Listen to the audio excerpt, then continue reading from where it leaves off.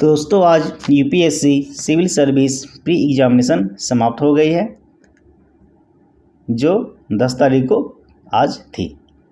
तो आज हम इस वीडियो में UPSC civil service pre examination paper 1 को देखेंगे कि पेपर 1 जनरल स्टडी किस प्रकार से क्वेश्चन पूछे गए थे।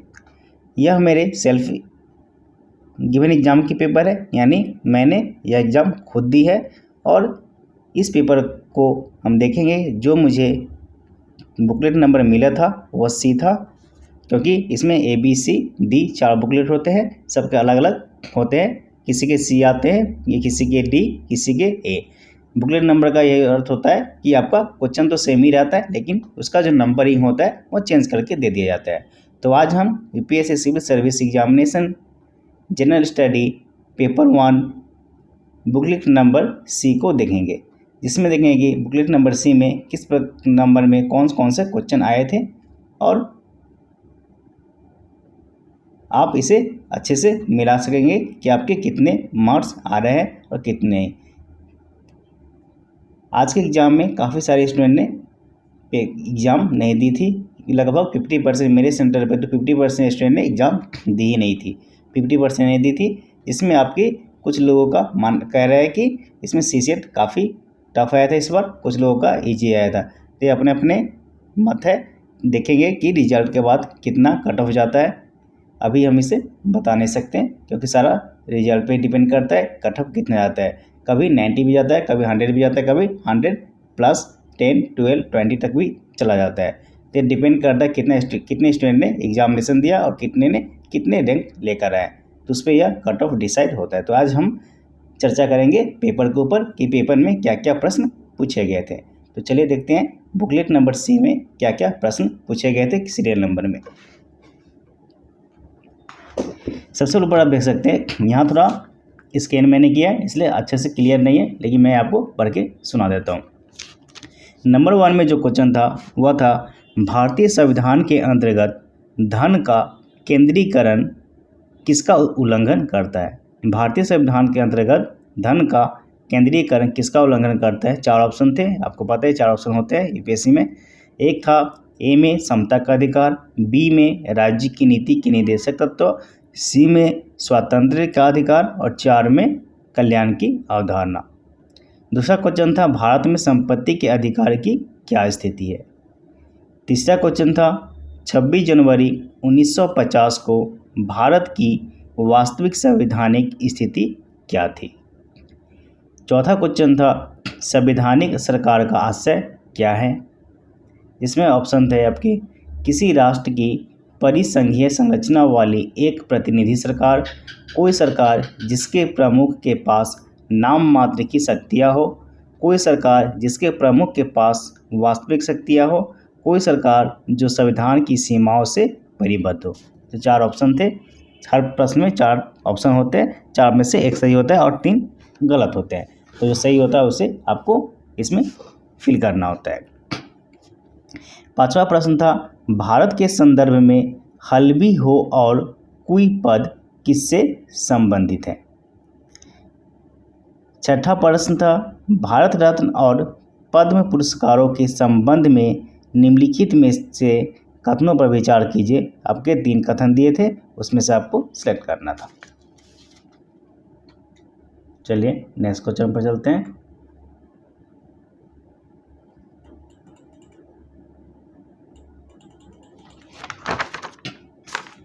नंबर 7 में निम्नलिखित कथनों पर विचार कीजिए। संयुक्त राष्ट्र पूंजी विकास निधि UNCDF और अर्बन डे फाउंडेशन ने हाल ही में हैदराबाद को विश्व के 2020 वृक्ष नगर की मान्यता प्रदान की है, जिसमें आपका कथन था शहरी वनों को बढ़ाने और संपोषित करने के प्रति प्रतिबद्धता को देखते हुए हैदराबाद का 1 वर्ष के लिए इस मान्यता हेतु चयन किया गया है। यह 2 आपका कथन था, उस पर इस निष्कर्ष आपके आंसर देने थे। 8वां नंबर में था वर्ष 2000 के प्रारंभ किए गए लॉरियस विश्व खेल पुरस्कार के संबंध में निम्नलिखित कथनों पर विचार कीजिए। मैं यहाँ सिर्फ प्रश्न पढ़ूंगा क्योंकि इसमें जो ऑप्शन होते हैं उसमें 3 रॉन्ग होते हैं, एक सही होता है जो आपको एक सही करना है, क्योंकि इसमें काफ़ी ज़्यादा समय लग जाएगा। मैं सिर्फ प्रश्न पढ़ के आपको दिखा रहा हूँ। नंबर 9 में है 32वें ग्रीष्मकालीन ओलंपिक के संदर्भ में निम्नलिखित कथनों पर विचार कीजिए। उसमें था इस ओलंपिक का आधिकारिक आदर्श वाक्य एक नई दुनिया है। दूसरे में था इस ओलंपिक में smart climbing, surfing, skateboarding, karate तथा बेसबॉल को शामिल किया गया है। ये 2 ऑप्शन में से कोई आपको चुनना था। 4 ऑप्शन था, केवल 1, केवल 2, 1 और 2 दोनों, या न तो 1 और न ही 2। Number 10 ICC World Test Championship के संदर्भ में निम्नलिखित कथनों पर विचार कीजिए। आपका 2 कथन दे दिए गए थे। नेक्स्ट प्रश्न पर चलते हैं। नंबर 11 में था निम्नलिखित कथनों पर विचार कीजिए। 3 कथन दिए थे, जिसमें था शहर का अधिकार एक समता मानव अधिकार है तथा इस संबंध में संयुक्त राष्ट्र हैबिटेट प्रत्येक देश द्वारा की गई प्रतिबद्धताओं को मॉनिटर करता है। शहर का अधिकार शहर के प्रत्येक निवासी को शहर में सार्वजनिक स्थानों को वापस लेने एवं सार्वजनिक सहभागिता का अधिकार देता है। शहर का अधिकार का आशय यह है कि राज्य शहर की अनधिकृत बस्तियों को किसी भी लोक सेवा अथवा सुविधा से वंचित नहीं कर सकता। 4 आपका पसंद थे, कौन से? केवल 1, केवल 3, केवल 1 और 2, और 2 और 3। यहाँ मैं आंसर नहीं बता रहा हूँ क्योंकि यहाँ भी जो है आंसर शीट में कंफर्म नहीं होता। कुछ आंसर शीट जो होते हैं आपके कोचिंग सेंटर से देने के बाद भी वो रॉन्ग हो जाते हैं। लगभग आपका 99% कोचिंग सेंटर का दिया हुआ आंसर सही होता है। आप कोचिंग सेंटर किसी कोचिंग सेंटर अगर अपलोड कर दिया है आंसर शीट, तो वहाँ से आप चेक कर सकेंगे कि आपका कितना सही हुआ, कितना रॉन्ग हुआ है। नंबर 12 में प्रश्न था भारत के संदर्भ में निम्नलिखित कथनों पर विचार कीजिए, जिसमें था न्यायिक हिरासत का अर्थ है कि अभियुक्त संबंधित मजिस्ट्रेट की हिरासत में है और ऐसे अभियुक्त को पुलिस स्टेशन के हवालात में रखा जाता है, न कि जेल में। दूसरा था न्यायिक हिरासत के दौरान मामले के प्रभारी पुलिस अधिकारी न्यायालय की अनुमति के बिना संदिग्ध व्यक्ति से पूछताछ नहीं कर सकती। नंबर 13 में है भारत के संदर्भ में निम्नलिखित कथनों पर विचार कीजिए। जब एक कैदी पर्याप्त आधार प्रस्तुत करता है तो ऐसे कैदी को पैरोल माना नहीं किया जा सकता, क्योंकि वह उसके अधिकार का मामला बन जाता है। दूसरा था कैदी को पैरोल पर छोड़ने के लिए राज्य सरकारों के अपने नियम हैं। इसमें 4 आपके ऑप्शन थे। यह मेरा गला थोड़ा सा ख़राब हो गया क्योंकि आज मैंने एग्ज़ाम देकर, एग्ज़ाम में पता ही आपको कितना प्रेशर होता है और मेरा सर दर्द भी कर रहा था, तो इसलिए मैं वीडियो थोड़ा देर से ही बना रहा हूँ। नंबर 14 में था राष्ट्रीय स्तर पर अनुसूचित जनजाति और अन्य पारंपरिक वन निवासी अधिनियम 2006 के प्रभावी कार्यान्वयन को सुनिश्चित करने के लिए कौन सा मंत्रालय केंद्रक अभिकरण, जिसमें था पर्यावरण, वन और जलवायु परिवर्तन मंत्रालय, पंचायती राज मंत्रालय, ग्रामीण विकास मंत्रालय और जनजातीय कार्य मंत्रालय।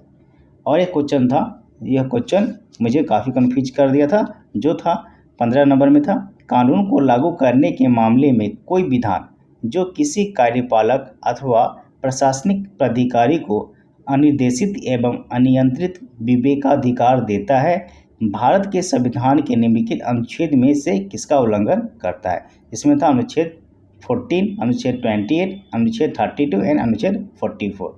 यह काफ़ी लोगों का जो है रॉन्ग हो चुका है, किसी किसी का सही भी हुआ है। चलिए नेक्स्ट क्वेश्चन पे चलते हैं।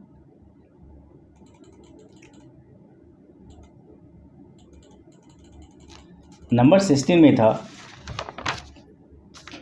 भारतीय राज्य व्यवस्था में निम्नलिखित में से कौन सी अनिवार्य विशेषता है जो यह दर्शाती है कि उसका स्वरूप संघीय है। ए में न्यायपालिका की स्वतंत्रता सुरक्षित है, बी संघ की विधायिका के संगठक इकाइयों के निर्वाचित प्रतिनिधि होते हैं। सी केंद्रीय मंत्रिमंडल में क्षेत्रीय पार्टियों के निर्वाचित प्रतिनिधि हो सकते हैं। डी मूल अधिकार न्यायालयों द्वारा परिवर्तनीय है। नंबर 17 में जो प्रश्न थे वो थे, निम्नलिखित में से कौन सा राज्य शब्द को सर्वोत्तम रूप से परिभाषित करता है। जिसमें आपके 4 ऑप्शन थे। व्यक्तियों का एक समुदाय जो बिना किसी बाह्य नियंत्रण के एक निश्चित भूभाग में अस्थायी रूप से निवास करता है और जिसकी एक संगठित सरकार है। बी में था, एक निश्चित भूभाग के राजनीतिक रूप से संगठित लोग जो स्वयं प्रशासन करने, कानून एवं व्यवस्था को बनाए रखने, अपने नैसर्गिक अधिकारों की रक्षा करने तथा अपनी जीविका के साधनों को सुरक्षित रखने का अधिकार रखते हैं। सी में था, बहुत से व्यक्ति जो एक निश्चित भूभाग में बहुत लंबे समय से अपनी सांस्कृतिक परंपरा और शासन व्यवस्था के साथ रहते हैं। डी में, एक निश्चित भूभाग में अस्थायी रूप से रह रहा समाज जिसकी एक केंद्रीय प्राधिकारी तथा केंद्रीय प्राधिकारी के प्रति उत्तरदायी कार्यपालिका और एक स्वतंत्र न्यायपालिका है। नंबर 18 में था, भारतीय न्यायपालिका के संदर्भ में निम्नलिखित कथनों पर विचार कीजिए। यहाँ आपको 2 कथन था, उस पर बेस्ड आपका आंसर देना था। नंबर 19 में, भारत के संदर्भ में निम्नलिखित कथनों पर विचार कीजिए। भारत में केवल एक ही नागरिकता और एक ही अधिवास है। इनकी नागरिकता जो है भारत में एक ही है। जो यूएस है, यूएस में 2 नागरिकता है, एक स्टेट का भी है और एक जो यूएस के कंट्री का 2 है, लेकिन भारत में नागरिकता जो है एक ही है। 20 नंबर में 20 में था, निम्नलिखित में से कौन सा कारक किसी उदार लोकतंत्र में स्वतंत्रता की सर्वोत्तम सुरक्षा को नियत करता है। एक प्रतिबद्ध न्यायपालिका, शक्तियों का केंद्रीयकरण, निर्वाचित सरकार, शक्तियों का पृथकीकरण। नेक्स्ट क्वेश्चन पे चलते हैं।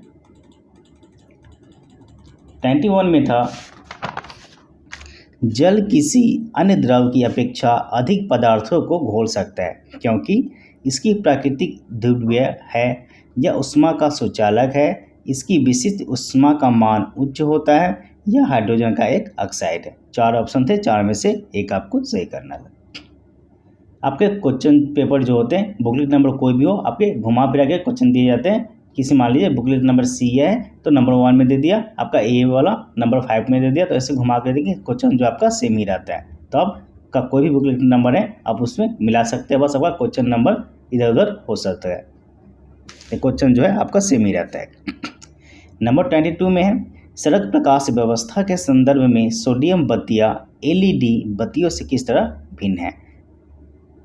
नंबर 23, ACE2 पद का उल्लेख किस संदर्भ में किया जाता है। ऑप्शन आपके थे, आनुवांशिक रूप से रूपांतरित पादपों में पूरा स्थापित, भारत के निजी उपग्रह संचालन प्रणाली का विकास, वन्य प्राणियों पर निगाह रखने के लिए रेडियो कलर, विषाणु जनित रोगों का प्रसार। 4 ऑप्शन है, 4 में आपको एक सही करने थे। नंबर 24, बिस्फेनॉल ए जो चिंता का कारण है, निम्नलिखित में से किस प्रकार के प्लास्टिक के उत्पादन के एक संरचनात्मक मुख्य घटक है। आपके 4 ऑप्शन थे, निम्न घनत्व वाले पॉलीथिलीन, पॉलीकार्बोनेट, पॉलीएथिलीन और पॉलीविनाइल। 25 में थे, निम्नलिखित में से किसमें ट्रांसलोशन के विद्यमान होने की सर्वाधिक संभावना है जिसके लंबे समय तक उच्च स्तर के प्रभावन में रहने को हानिकारक माना जाता है। 4 आपके ऑप्शन थे, खाद परिरक्षक, फल पकाने वाले पदार्थ, पुनः प्रयुक्त प्लास्टिक के पात्र और प्रसाधन सामग्री। यहाँ आपके जो क्वेश्चन होते हैं कुछ हिंदी में जो ऐसे क्वेश्चन होते हैं, आपको हिंदी के अलावा आपको इंग्लिश का भी नॉलेज थोड़ा बहुत रखना पड़ता है और इंग्लिश से आप फेल भी क्योंकि मान लीजिए यहाँ पे प्रसाधन सामग्री है, ये प्रसाधन को यहाँ पे क्या कहा जाता है, टॉयलेट कहा जाता है, लेकिन टॉयलेट जो काफ़ी सारे प्रसाधन को अलग मीनिंग में निकाल देंगे। तो आप जब भी एग्जाम दें अच्छे से, तब हिंदी कुछ अगर आपको डाउट हो रहा है तब डायरेक्ट उसको इंग्लिश देखें, इंग्लिश वर्जन देखें, क्योंकि हिंदी इंग्लिश दोनों पेपर होता है, तो इंग्लिश देखने से आपको समझ में आ जाएगा। नंबर 26 में था खगोलीय दूरियां प्रकाश वर्ष में मापे जाने के कारण निम्नलिखित में से कौन सा है, जो है 4 आपके ऑप्शन थे। तारकीय पिंडों के बीच की दूरियां परिवर्तित नहीं होती, तारकीय पिंडों का गुरुत्व परिवर्तित नहीं होता, प्रकाश सदैव सीधी रेखा में यात्रा करता और प्रकाश की गति सदैव एक समान होती है, क्योंकि प्रकाश की गति एक समान होगी तभी उसकी दूरी को मापने में आसानी होगी एक समय में।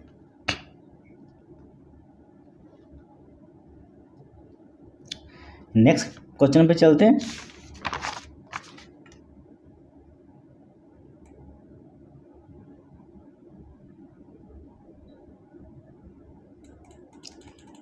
नंबर 27 में हमने ब्रिटिश मॉडल पर आधारित संसदीय लोकतंत्र को अपनाया है, ये तो ठीक है, किंतु हमारा मॉडल उस मॉडल से किस प्रकार भिन्न है। आपके 2 ऑप्शन थे, 2 में से आपको एक सही लिखना था।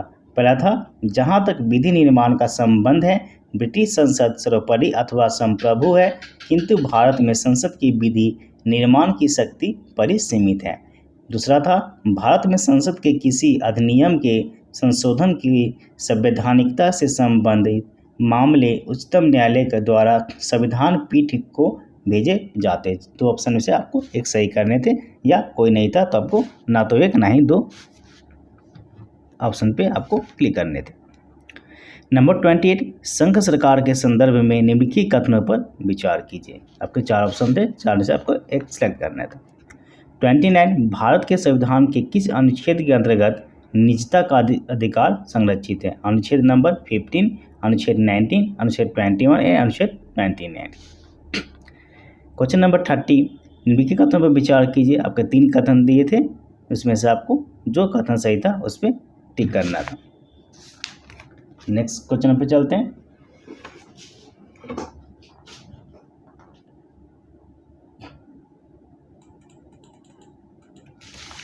क्वेश्चन नंबर 31 सावना की वनस्पति में बिखेरे हुए छोटे वृक्षों के साथ घास के मैदान होते हैं, किंतु विस्तृत क्षेत्र में कोई वृक्ष नहीं होते। ऐसे क्षेत्रों में वन विकास सामान्यतः एक या एकाधिक या कुछ परिस्थितियों के संयोजन के द्वारा नियंत्रित होता है। ऐसी परिस्थितियां निम्नलिखित में से कौन सी है।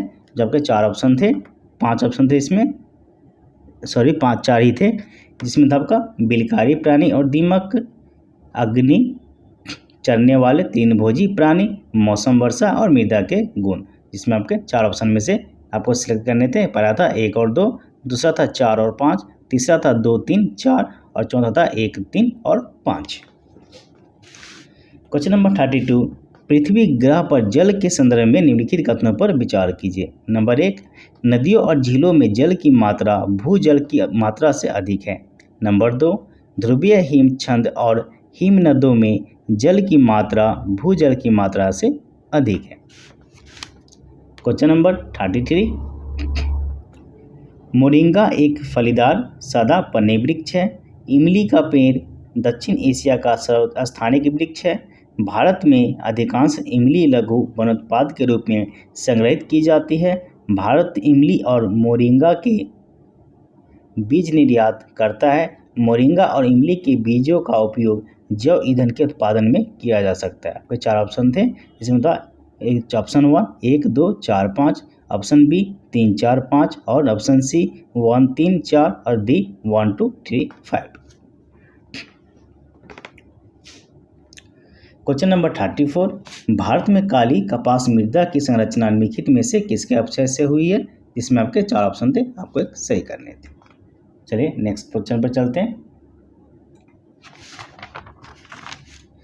35 में था पुनः संयोजित वेक्टर वैक्सीन से संबंधित हाल के विकास के संदर्भ में निम्नलिखित कथनों पर विचार कीजिए। क्वेश्चन नंबर 36 आनुवांशिक रोगों के संदर्भ में निम्नलिखित कथनों पर विचार कीजिए। 37 बालगार्ड 1 और बालगार्ड 2 प्रौद्योगिकियों का उल्लेख किसके संदर्भ में किया जाता है। आपके 4 ऑप्शन थे, 4 से एक सही करने थे। क्वेश्चन नंबर 38 किसी प्रेशर कुकर में जिस तापमान पर खाद्य पकाए जाते हैं वह मुख्यतः निम्नलिखित में से किन पर निर्भर करता है। यह एक बेसिक नॉलेज दे दिया था, जिसमें एक था ढक्कन में स्थित छिद्र का क्षेत्रफल, ज्वाला का तापमान, ढक्कन का भार, ये तीनों में से कौन कौन से हो सकते हैं। क्वेश्चन नंबर 39, निम्नलिखित पर विचार कीजिए। जीवाणु, कवक, विषाणु उपयुक्त में से कृत्रिम माध्यम से संवर्धित किया जा सकता है। कौन कौन से जीवाणु, कवक और विषाणु में से कौन कौन से, उसे आपको सिलेक्ट करना था। क्वेश्चन नंबर 14, उपयुक्त कथनों में से कौन सा सही है। दो कथन दिए थे। एक था एडिनोवायरसोस में एकल तंतु डीएनए संजीन होते, जबकि रेट्रोवायरस में द्वितंतु डीएनए संजीन या जीनोम होते हैं। दूसरे नंबर में था कभी कभी सामान्य जुकाम एडिनोवायरस के कारण होता है, जबकि एक्स रेट्रोवायरस के कारण होता है। कौन सा सही था, आपको यहाँ पर सिलेक्ट करना था। चलते नेक्स्ट क्वेश्चन पे।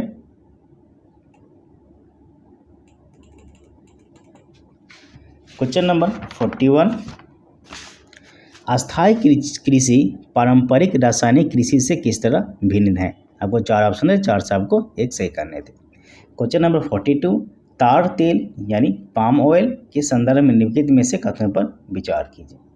क्वेश्चन नंबर 43, सिंधु नदी प्रणाली के संदर्भ में निम्नलिखित चार नदियों में से तीन नदियां इनमें से किसी एक नदी में मिलती है जो सीधे सिंधु नदी से मिलती है।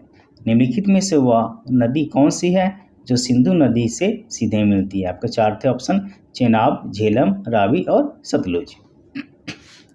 क्वेश्चन नंबर 44, भारत के संदर्भ में डीडावना, कुचामन, सरगोल और खाद किनके नाम है। हिमनद, गरान, रामसार क्षेत्र और लवणझील। चार ऑप्शन, चार में आपको एक सेलेक्ट करने थे। क्वेश्चन नंबर 45, निम्नलिखित नदियों पर विचार कीजिए। ब्राह्मणी, नागावली, सुवर्णरेखा और वसुंधरा। इसमें से आपको कौन कौन सा था उसे आपको सेलेक्ट करना था। नेक्स्ट क्वेश्चन पर चलते हैं।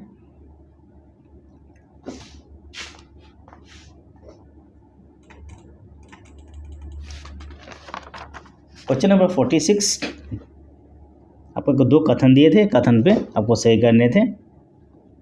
47 थे, निम्नलिखित में से कौन सी फसल न्यूनतम जल दक्ष लीस्ट वाटर एफिशिएंट फसल है, यानी कम जल में कौन से फसल होती है। इसमें चार ऑप्शन था। फिर गन्ना, क्योंकि गन्ना में तो बहुत पानी लगता है, आपको पता ही होगा।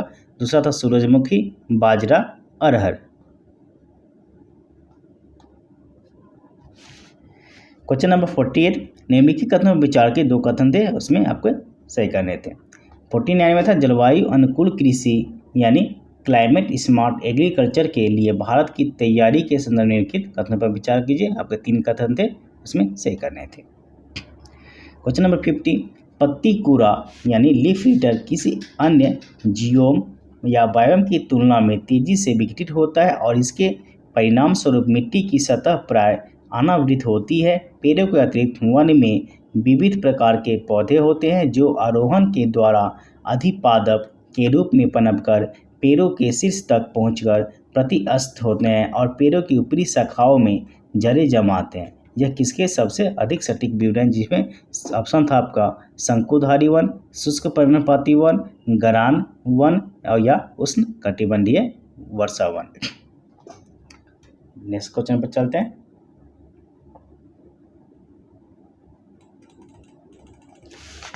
क्वेश्चन नंबर 51, प्राचीन भारत के इतिहास के संदर्भ में भवभूति हस्तमल तथा क्षेमेश्वर क्यों प्रसिद्ध है। जैन, साधु, नाटककार, मंदिर वास्तुकला या दार्शनिक। क्वेश्चन नंबर 52, निम्नलिखित कथनों पर विचार के दो कथन दिए थे, उस पर आपको सही करना था। 53 में था भारतीय इतिहास में 8 अगस्त 1942 के संदर्भ में निम्नलिखित कथनों में से कौन सा सही है। क्वेश्चन नंबर 54, इनमें से कौन अंग्रेजी में अनुदित प्राचीन भारतीय धार्मिक गीति काव्य सॉन्ग्स फ्रॉम फ्यूजन से संबंध है। ऑप्शन थे आपके बाल गंगाधर तिलक, जवाहरलाल नेहरू, मोहनदास करमचंद गांधी और सरोजिनी नायडू।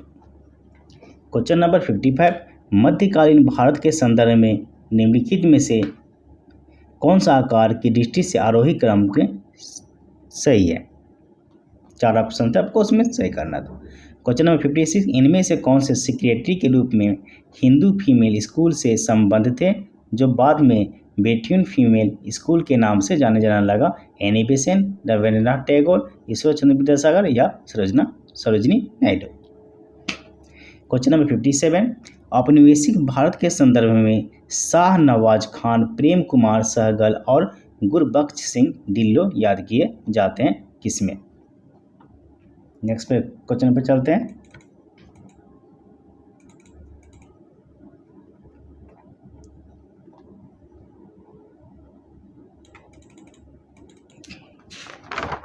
क्वेश्चन नंबर 58 में था, भारतीय इतिहास के संदर्भ में निम्नलिखित कथनों में से कौन सा सही है? 3 नाम के कथन दिए थे। हैदराबाद राज्य से आरकोटा के निजामत का उदय हुआ, विजयनगर साम्राज्य से मैसूर राज्य का उदय हुआ और रुहेलखंड राज्य का गठन अहमद शाह दुर्रानी द्वारा अधिकृत राज्य क्षेत्र से हुआ। क्वेश्चन नंबर 59, आपके कथन दिए थे, कथन से आपको लिखना है निम्नलिखित कौन सा कथन सही है। नंबर 16, निम्नलिखित कथनों पर विचार, यहाँ पे कथन दिए थे, उससे निष्कर्ष दिए थे, उस पर आपको निष्कर्ष निकालना है। क्वेश्चन नंबर 61, मुरैना के समीप स्थित 64 योगिनी मंदिर के संदर्भ में निम्नलिखित कथनों पर विचार कीजिए। क्वेश्चन नंबर 62, निम्नलिखित में से कौन सा प्राचीन नगर अपने उन्नत जल संचयन और प्रबंधन प्रणाली के लिए सुप्रसिद्ध है, जहां बांधों की श्रृंखला का निर्माण किया गया था और संबद्ध जलाशयों में नहर के माध्यम से जल को प्रभावित किया जाता है? क्वेश्चन नंबर 62 तक हो गया हमारा। अब हम चलते 63 पे। क्वेश्चन नंबर 63 में हमारा है, 17वीं शताब्दी के पहले चतुर्थार्थ में निम्नलिखित में से कहाँ इंग्लिश ईस्ट इंडिया कंपनी का कारखाना लगाया था? शुरुआत में तो सबको पता है, लेकिन शुरुआत में यहाँ पर ऑप्शन ही नहीं था। यहाँ पहले था भरूच, चिकाकोल और त्रिचिनोपाली। ये तीनों में से कौन सा सही होगा या दो कौन सा सही होगा आपको लिखना है।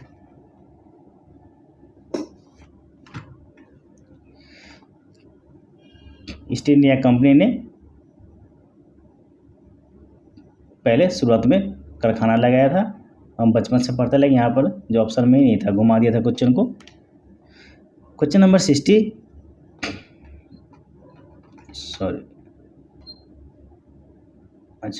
क्वेश्चन नंबर 64, गुप्त वंश के पतन के से लेकर आरंभिक 7वीं शताब्दी में हर्षवर्धन के उत्थान तक उत्तर भारत में निम्नलिखित में से किन राज्यों का शासन था? क्वेश्चन नंबर 65, पुर्तगाली लेखक नूनीज के अनुसार विजयनगर साम्राज्य में महिलाएं निम्नलिखित में से किन क्षेत्रों में निपुण थी? क्वेश्चन नंबर 66, आंध्र प्रदेश में मदनपल्ली के संदर्भ में निम्नलिखित में से कौन सा कथन सत्य है? नेक्स्ट क्वेश्चन पे चलते हैं।